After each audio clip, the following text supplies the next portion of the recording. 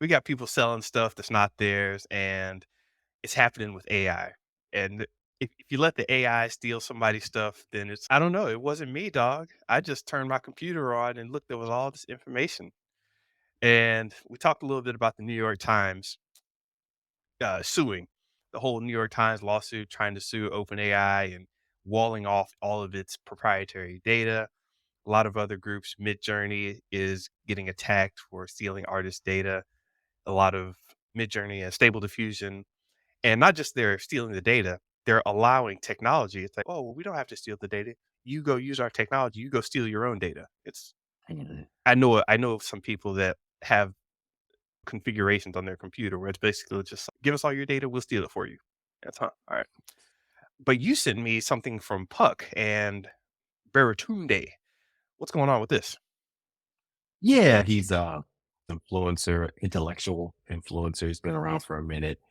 Bertunde Thurston, and he had a great article, Puck, talking about what are we going to do about this, right? This AI apocalypse approaching us, where a lot of these algorithms need data to get better, to get smarter about whatever they're going to be able to do. But where's this data coming from, right? Actually, copyrighted material, a lot of cases, right? We talked about this on how artists are getting upset about their art being pushed into algorithms. And so they may not hire you as an artist, but they may hire art that looks like yours. And so that's the distinction where basically you just don't get paid because they don't want you, they want what you created. And so I think the New York Times is suing for the rights because they saw that some of the questions when they asked OpenAI kind of spit out verbatim that words directly from New York Times articles.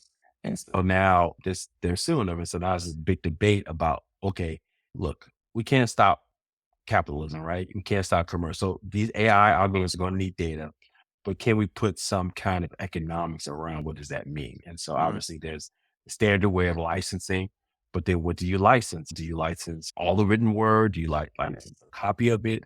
Is that even doable? Because there's so much data out there. Some of it may not even be useful to anybody unless it's combined with something else that the AI will figure out. And then and they call the term they use is not revert or anything like that. They call regurgitate. So basically like it's throwing up words that are mixed in a mixed pod to simulate what a human would say. And so now this, what it regurgitates is it's something that makes sense and it's something that is valuable for the people who gave it the data in the first place. And so basically, if it's valuable at the end of the how they make the sausage, so does all the material, the raw material that made that sausage, is that valuable now too? And if it is, what is that price point? And that's the question. That's what this article is trying to figure out: different models of how to make that raw material that's training the AI algorithms. Do you do it in some kind of license model? But then what data is licensable, right? That makes sense. That's going to create something on the other end. Do you create like an auction style? So like say New York Times information is way more valuable. So you have all these algorithms vying for more and more valuable pieces of data for Yeah. those. So I would say this, and Reddit did this too. Remember we talked about Reddit. Reddit is current up their API licensing agreements, right? They're making sure you don't get access to their shows of data sets. And I think Twitter or X has done the same thing because they knew this was coming. Either they're going to use it themselves or someone's going to try to get access to it illegally to train their models to get smarter. So anyway, I say all that to say I think it's an interesting kind of thing to look at as a company that has a lot of data around patient care.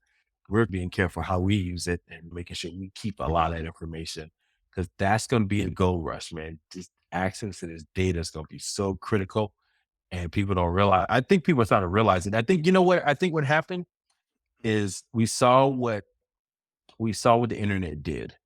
You remember when a lot of the newspapers just gave Facebook free reign to get access to their articles and stuff like that for a long time. So, oh, it's the internet. Who cares? Yeah, they can get us, but they Mhm. never got compensated for it. So they're still hurting from that. And then the fact that Apple created the App Store and they're getting Mhm. 30% off of each, app developer in perpetuity.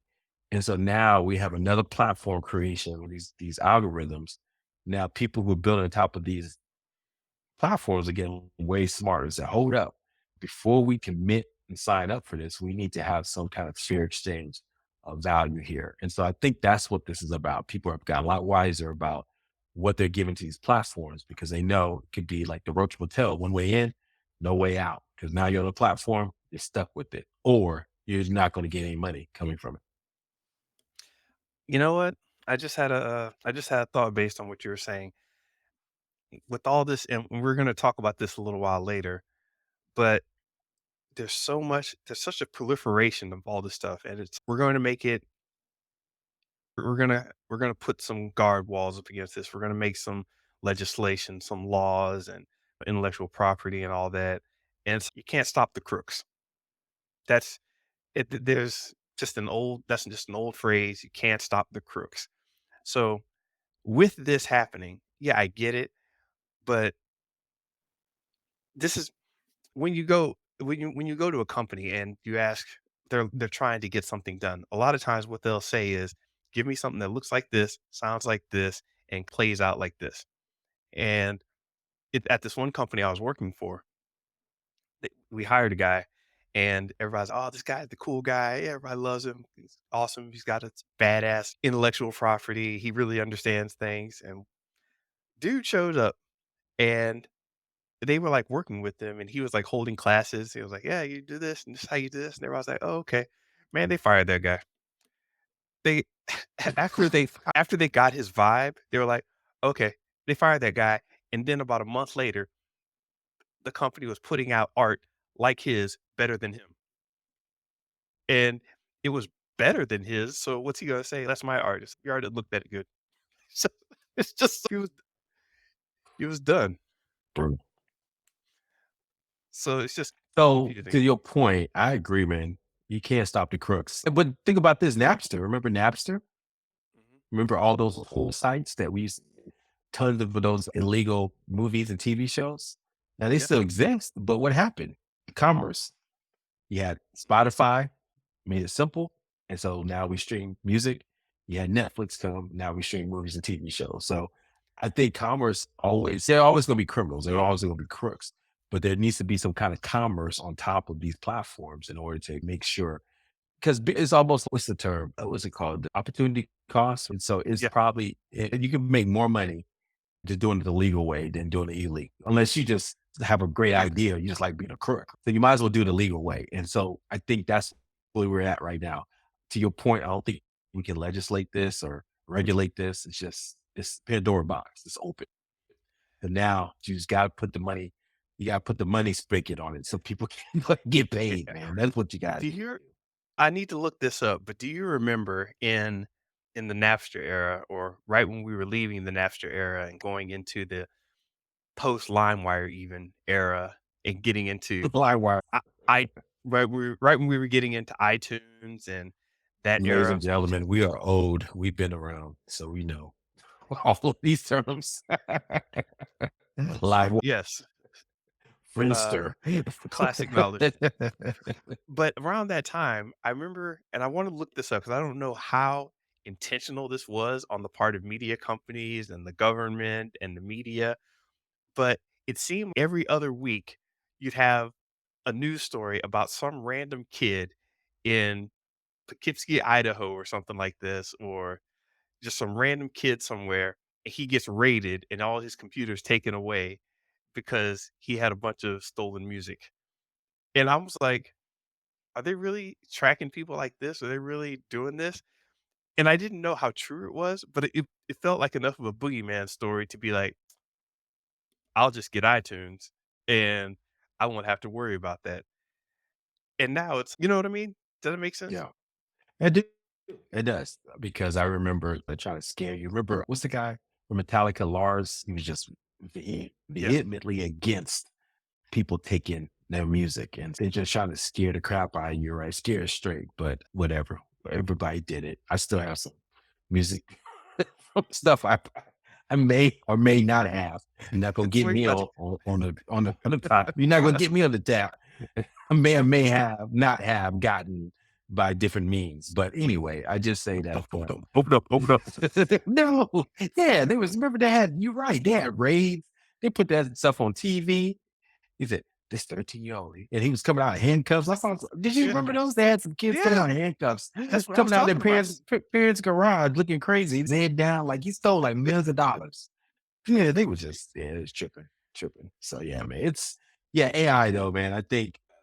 So what are your thoughts on that? You think AI is they're gonna have to create this commercial layer on top of it sooner than later? Because it's just this legislation is suing. It's gonna be too slow. It's so hard to make a general purpose AI layer. What are we talking about?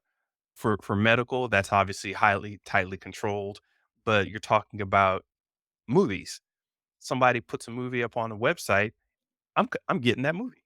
That's just how it's gonna be. Some kid in Russia, some kid in China, Pakistan, wherever, Italy, they're gonna get the movie. That's just the end of it, and it's gonna be really hard to stop that. So, how do you start to monetize or try to control that type of media? I'm not sure.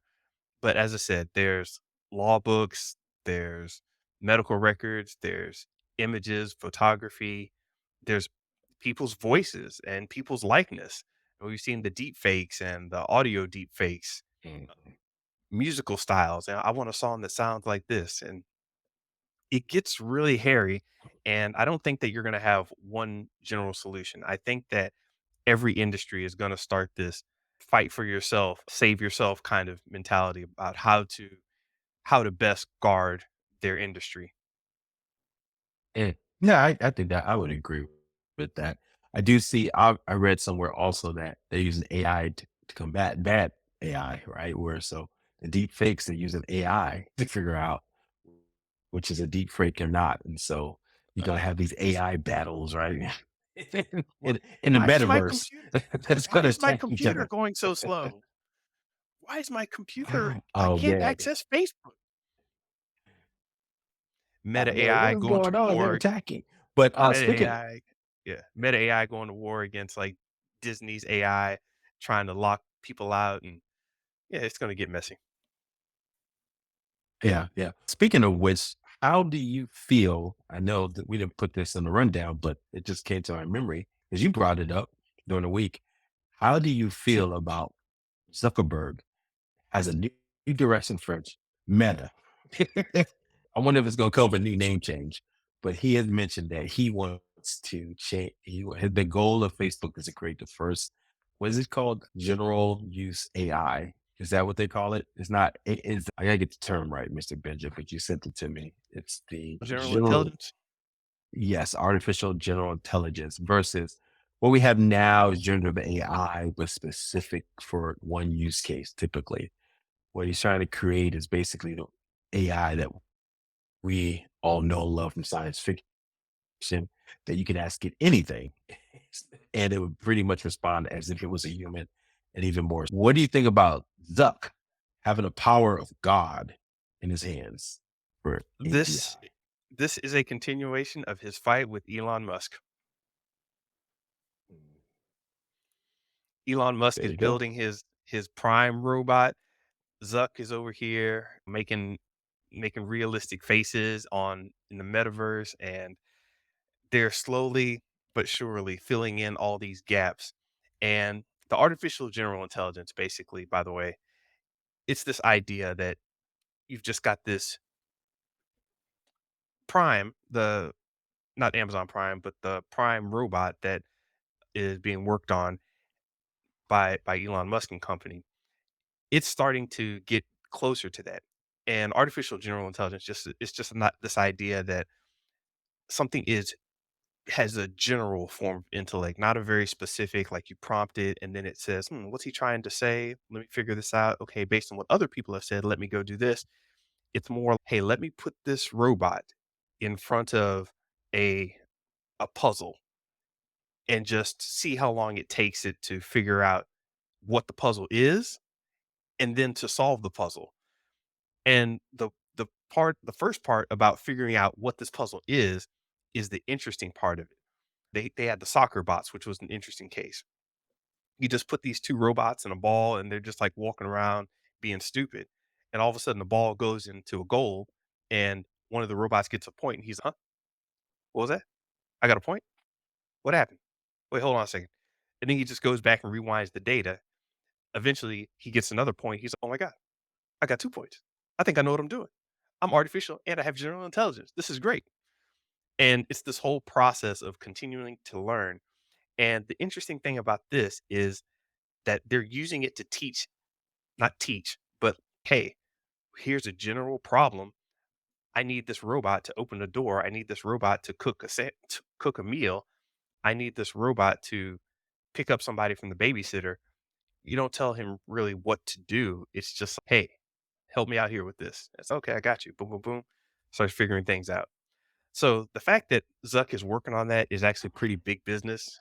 And I don't want to say scary just yet, although it is, but it's definitely something to keep an eye on.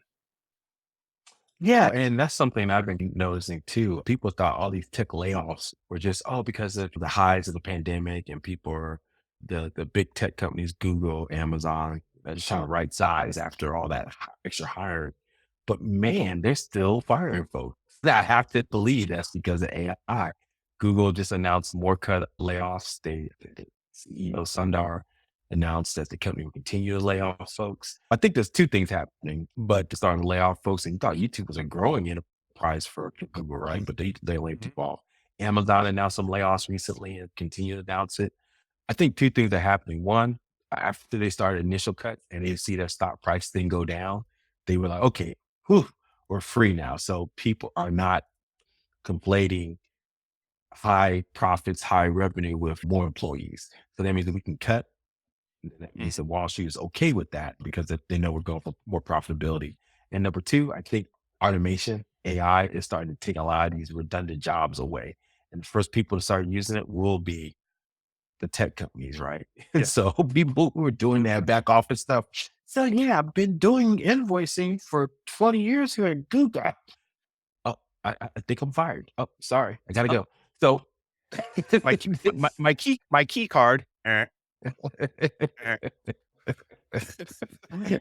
and so I think a lot of redundancies are coming faster than people realize. And the first people who are going to start implementing have been these tech giants. So I just say that I think it was a story we talked about over 300 thousand jobs will be affected over the next, no, 300 million jobs will be affected over the next 5 years. Yeah. This is something that's going to be huge. And so we're starting to see that's why this important layer is going to be important for commercialization because people are going to be looking for jobs and Yeah. pretty soon and maybe AI could be something they can pursue. We're going all in on it. I think I'm going all in. I have to learn more about it because this Mhm. is where it's going. This is where the puck is going. And I'm committing here, Mr. Benja, in the year of our Lord 2024, January 20th, that I am going all in on AI. That's a bold prediction. I know. Nice. Let's check this out. If somebody wants an actual stat, in October, this is from Bloomberg, I believe. Yes. As of October 2022, Twitter had about 1,500 employees or contractors who reviewed content and complaints.